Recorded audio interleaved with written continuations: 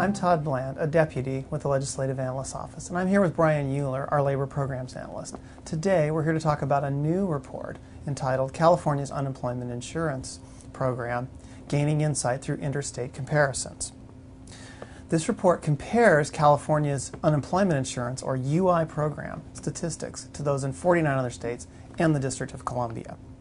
The purpose of the report is to provide context for the legislature as it considers how to deal with California's unemployment insurance insolvency. Brian, could you briefly describe the methodology we used to compare California's program to those in the 49 other states? We started by gathering annual data on UI programs in all 50 states and Washington, D.C., which is maintained by the U.S. Department of Labor. More specifically, we looked at 8 measures that encompass several different aspects of the UI program, including benefit generosity, cost structure, and financing. From this data, we attempted to determine if California was different than the national norm in any areas, and to discuss some possible explanations for these differences, as well as the potential implications these differences would have for California's UI policy. What are the key differences that you found? The data showed that California's UI program pays comparatively lower weekly benefits when controlling for differences in wages across states. However, these weekly benefits are paid for a comparatively longer duration. And although the program pays lower weekly benefits, California's UI program total costs are higher than the national average. This seems in large part to be due to its relatively larger caseload. Yeah. Now, these differences that you found, are they a recent phenomenon? No. In fact, most of these differences have persisted for more than a decade. From 1998 to 2010, unemployment insurance recipients in California received benefits for more than a week and a half longer than the average U.S. state. Also, during that same period, California's UI caseload was more than a third larger than the national average. What are some possible explanations for these historical trends? Sure. It appears that California's UI policies are contributing somewhat to these trends. For example, California's monetary eligibility requirements for receiving UI benefits are among the lowest in the country. In addition, its policies which govern the maximum amount of benefits a claimant can receive over the entirety of a claim are comparatively generous.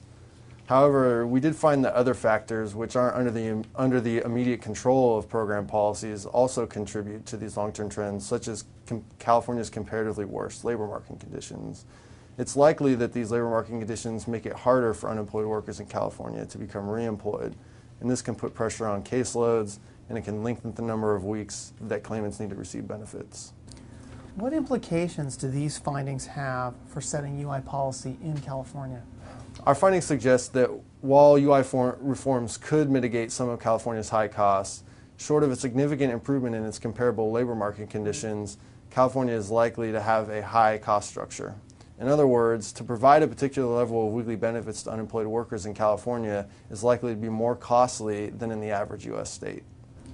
Up to now, we've been talking about that cost structure in California, but what about program financing?